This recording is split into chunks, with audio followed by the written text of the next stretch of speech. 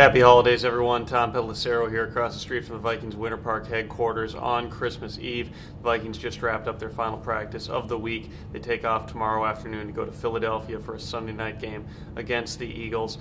I've already said that I find it really hard to believe the Vikings are going to be able to hang in this game. They're starting their number 3 quarterback, most likely, a rookie, Joe Webb, who's really only thrown about 20 passes in his young NFL career. They're playing an Eagles team that has a lot to play for, trying to stay up on the Giants in the NFC East, also trying to keep pace with the Bears for the second first-round bye.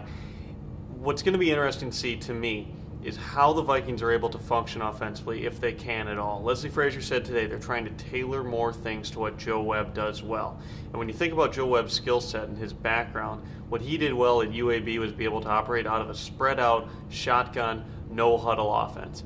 I don't really think that they can incorporate too much no-huddle with a guy who still is only 3 weeks removed from running the scout team exclusively, still getting his feel in the offense. But I think some things you may see, and it will be interesting to see how Joe Webb is able to function if they're able to do this effectively, is perhaps using more shotgun. He's not used to making drop-back passes, doing 5- and 7-step drops. He's more used to being able to stand back, survey the line of scrimmage that way.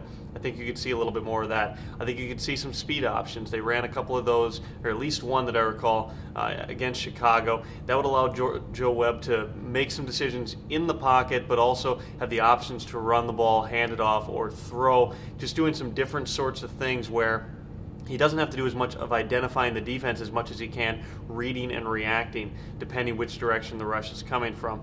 It's a difficult thing for him to do. He's already admitted when I asked him about it yesterday that he was frazzled, especially in the early going against Chicago, because they like to mix up their coverages, disguise their blitzes, shift from 2 safety and single safety looks on the snap. The Eagles do it even more. They zone blitz all day. They drop their defensive ends. They rush their linebackers. They rush their safety. They go in and out of cover 1, cover 2, cover 3.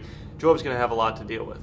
But again, if they can get him doing some of these basic things, I also think you'll see some more of those football 101 sort of plays. If the Vikings can get the outside zone game going, that would set up some bootlegs for Joe Webb, getting him on the move, giving him one read, because he's obviously not going through his full progression yet. If they can give him those one-read passes, the safe passes, the easy ones to make, that could potentially allow him to be a little bit more effective.